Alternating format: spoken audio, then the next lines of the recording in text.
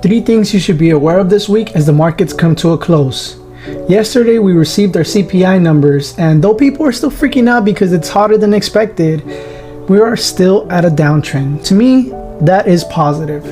From May till July, we actually had an increase in inflation, and from August to the numbers released yesterday, we have been at a downtrend. That is something good. Even though you may not see prices come down in your purchases or when you go get food or groceries, that is something different because companies can still charge more than what the inflation percentage increase was. Let's say inflation is at 10%. You still have Albertsons or other retailers charging 30, 40, 50% plus.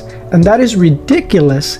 There are companies and businesses out there that are profiting off of this situation, and it is a free market, but there should be a point where conscience comes into play.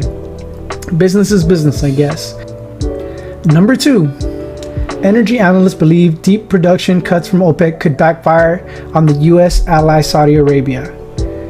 So something to note is that Saudi Arabia or OPEC pretty much controls a large portion of inflation or consumer pricing because groceries, clothing, any types of items that you buy from the store needs to be delivered somehow or needs to be transported in one way or another. And that has to factor in oil prices, gas prices. And I know we haven't seen any relief or much relief on that end. But we did say that we would be coming down on inflation, and the yellow line indicates that we have. Inflation isn't the only way we can judge what prices are going to be. Like you saw, companies can charge whatever they want, but in general, we've been in a downtrend, and luckily, it's been pretty correlated before in the past, over the last, 40, 50 years plus.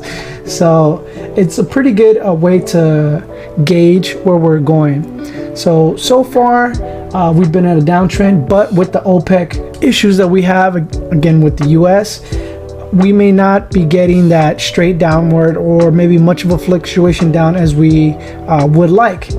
But as long as we continue going down, even if we have an uptick, which we might this next coming report, it's okay. It's not a big issue as long as we continue down. But if we do reverse back up, then it is possible markets will hurt more.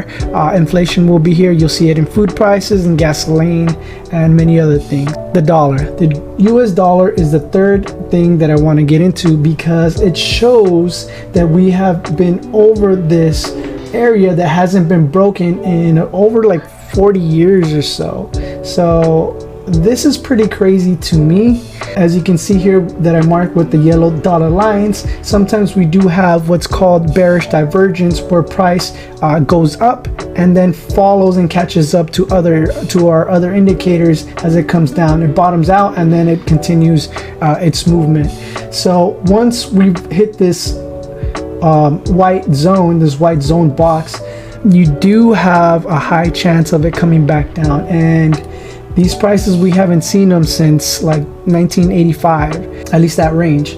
So if we do come down, it could be a massive move down. As you can tell here on the Stoch, it looks like it's wavering. It doesn't want to stay at that price, and I can understand that because that is not normal price action.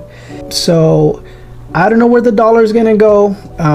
A lot of people all over the world are buying into the dollar, but to me, it doesn't look like the best time to get into the dollar and actually look for areas of opportunity in other types of assets and asset classes.